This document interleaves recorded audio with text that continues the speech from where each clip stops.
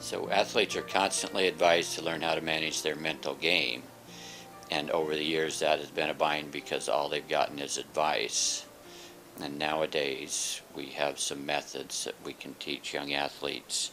And the purpose of the methods is to quickly relax their body and calm their minds in a dependable, consistent way, rather than them having to wait, wish, and hope that they put a poor performance out of their minds and then they never know what will happen until the next performance moment. So what I've started doing and have been teaching for the last 12 years is a self-help technique connected to the acupuncture system under the umbrella of a field called energy psychology. And all that really means is it's the psychology field meeting the acupuncture system, and it's tuning into the natural body energy that flows through our entire body. And so since science has proven basically that thoughts are energy, it's important for young athletes to begin to know that the thoughts they have in their brains don't just stay in their brains. It literally travels into their body as energy, and upsetting performances can get stuck or trapped in the body. So this technique, called emotional freedom techniques, EFT tapping is the popular phrasing, is simply a method that's dependable and effective and fast for calming your body and relaxing your mind. And the way it works and is applied, and athletes have said to me over the years that they like that they have something they can actually do as they're working to relax their bodies and calm their minds. So what we're teaching in emotional freedom techniques, EFT, is how to activate the energy flows in your body, because the single sentence theory idea is when we're not performing the way we want to, it has more to do with blocked energy in our body than it has to do with lack of willpower or determination or bad attitudes. So the intention is to activate the energy flows in your body so that you can relax and have a clear mind.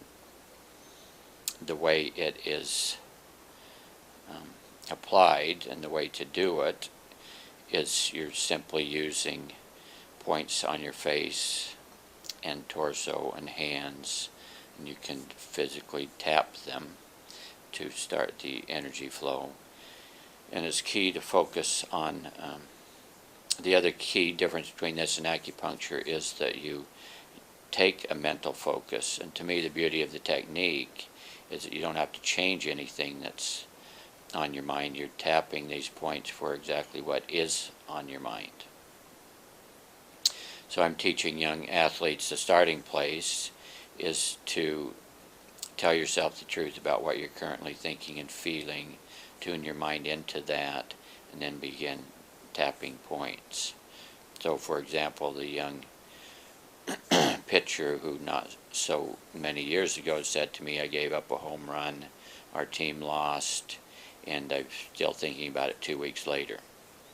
So it can be counterintuitive, or it seems backwards, because athletes are taught to never be negative, keep negative out of their mind. So the critical distinction here is that you focus for what's on your mind and your body, and then begin tapping the points. And so tapping the points means using index and middle finger, and you're physically tapping points.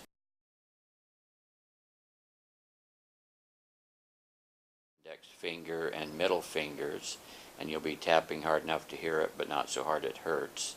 And you physically tap 7 times or so. It does not have to be precisely 7 times on each point.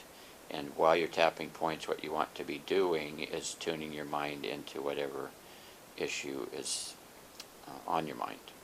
So for example, with the baseball pitcher who gave up the home run, he commented and talked about being frustrated 2 weeks later. So I had him pay attention to and put his mental focus on being frustrated about giving up a home run.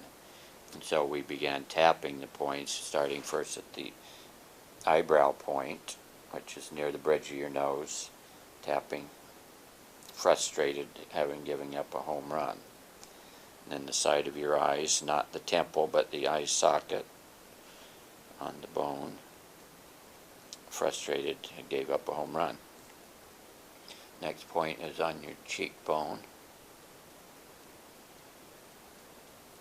and then top lip. So all the time he's focusing on as much as he can, allowing the experience, and then the crease of your chin, allowing the experience, like a little movie in his mind of giving up a home run and being frustrated about that. Then the collarbone point, if you follow your collarbone across to the base of your throat and then just come down over the bone into the softer tissue. So frustrated about giving up a home run. So you're sustaining a focus on what happened. And then on your sternum, I know it as the third button on my shirt, but in the center of your chest. And this point I'm taught is a thymus gland, which is actually a master control gland to boost your immune system. So one year, one of the pitchers said I get colds every spring.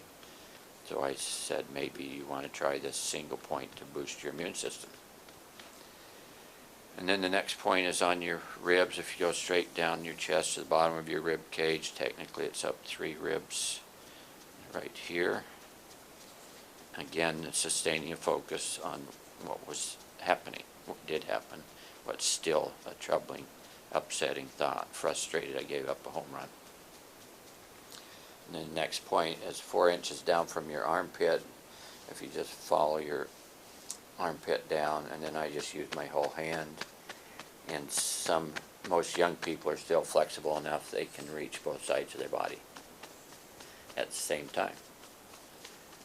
Since young people like to collapse time and have things go fast. And then there are points on your hands. If you were shaking hands, if you just imagine you're tapping each point right by the fingernail. So you just work across your hands, again focusing on what the experience was. In this example, frustrated, I gave up a home run and my team lost. So you work across your hand like this, and then there are 2 other points, the ring finger and little finger, the top 2 knuckles in the back of your hand, and the crease here. You're tapping this point.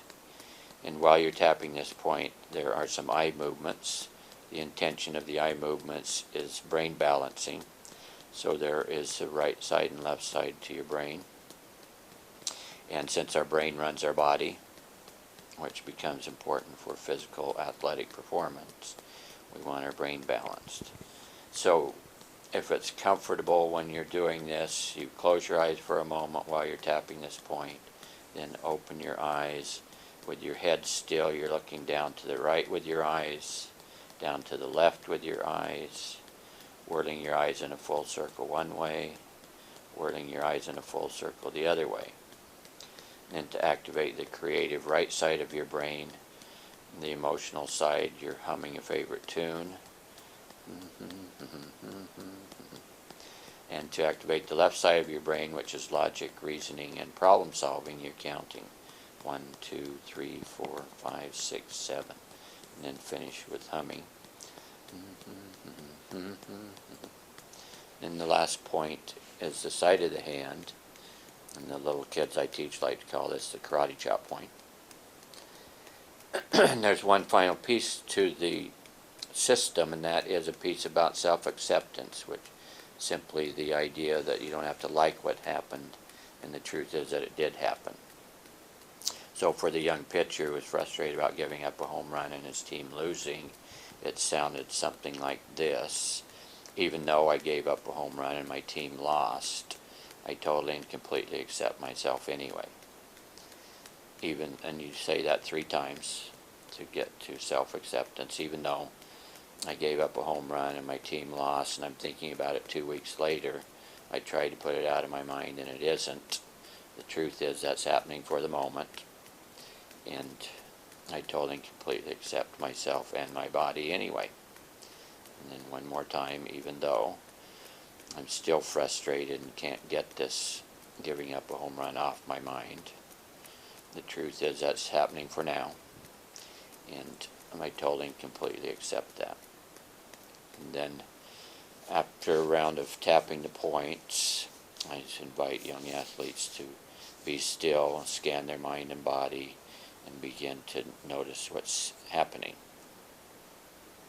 And so then what I want young athletes to know is, if this is a system or a technique that works for you and then all of a sudden it doesn't work, please let's talk further about it, because there are some ways to fine-tune or improve or make the technique work for you. And so that becomes important in terms of the other point of mental training, which is valuing mental training at a level where you practice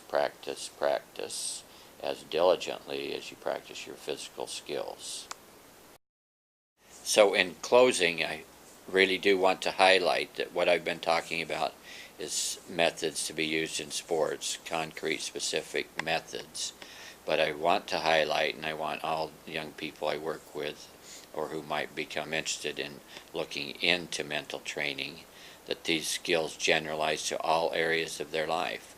So I have had athletes say they've used the energy piece, the tapping, to calm down before a test, or to help them focus in their schoolwork, or get a job at a job interview. So it really, and I have had athletes say, well, I didn't do it anymore because I didn't have anything happening upsetting in sports.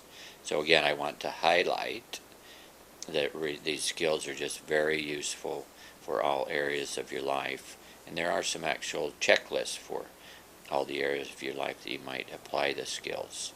So please feel free to broaden your experience and use of the methods.